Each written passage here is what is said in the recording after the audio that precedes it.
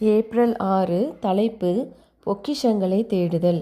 அன்றையும் பரலோக ராஜ்யம் நிலத்தில் புதைந்திருக்கிற பொக்கிஷத்துக்கு ஒப்பாயிருக்கிறது. அதை ஒரு மனுஷன் கண்டு மறைத்து அதை பற்றிய சந்தோஷத்தினாலே போய் தனக்கு உண்டான எல்லாவற்றையும் விற்று அந்த நிலத்தை கொள்கிறான். மத்தேயு 13:44. நமது காலத்தில் சபையானது வேதத்தின் மேலோட்டமான சத்தியங்களுடன் மிகப்பெரிய அளவில் திருப்தி அடைந்திருக்கிறது. இந்த மேலோட்டமான சத்தியங்கள் தெளிவாகவும் எளிதில் புரிந்து கொள்ளக்கூடிய விதத்திலும் ஆக்கப்பட்டதால் அவை அவசியமான அனைத்தையும் நமக்கு கொடுத்து விட்டதாகவும் அவைகளை ஏற்றுக்கொள்வதால் அவர்கள் மனநிறைவுடன் இருந்திருப்பதாகவும் நினைக்கிறார்கள். ஆனால் மனதின் மீது கிரியை செய்து கொண்டிருக்கும் பரிசுத்த ஆவியானவர் அதை செயல்பாடற்ற நிலையில் அமைதலாய் இருக்க விடமாட்டார். தவறுகள் மற்றும் கள்ள உபதேசங்களினால் தீட்டுப்படாத சத்தியத்திற்கான ஊக்கமான வாஞ்சையை அவர் விழித்தெழ செய்கிறார். ஊக்கத்துடன் தேடுபவருக்கு பரலோக சத்தியங்கள் பலனளிக்கும். சத்தியமாவது என்ன என்பதை வாஞ்சையுடன் அறிய விரும்பும் மனமானது சோம்பலில் திருப்தியாக இருக்க முடியாது. அன்றியும் பரலோக ராஜ்யம் நிலத்தில் புதைந்திருக்கிற பொக்கிஷத்துக்கு ஒப்பாயிருக்கிறது.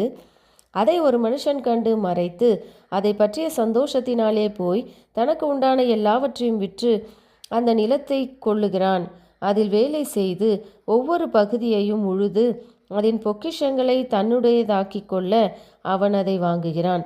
இந்த தேடுதலை வழிநடத்துவதும் அதற்கான பலனை அளிப்பதும் பரிசுத்த ஆவியானவருடைய பணியாகும். பொக்கிஷத்தை தேடுபவர் நிலத்தை உழும்போது விலை மதிப்பற்ற கனிமத்தை கண்டறிந்து அதன் மதிப்பை தொகையிட தேடுகிறான். இன்னும் அதிக மதிப்பு வாய்ந்த பொக்கிஷத்திற்காக அவன் கோடாரியை நிலத்தின் ஆழத்தில் போடுகிறான். இவ்வாறு அநேக விலைமதிப்பற்ற உலோக படிமங்கள் கண்டறியப்படுகின்றன. வேதம் என்னும் நிலமானது கிறிஸ்துவின் அளவற்ற ஐஸ்வர்யத்தை நமது பார்வைக்கு கொண்டு வருவதைப் போல பூமியின் தங்க சுரங்கங்கள் கூட அவ்வாறு அதன் விலையேற பெற்ற கனிம படிவங்களுடன் ஒன்றோடொன்று இணைக்க பெற்றிருக்கவில்லை.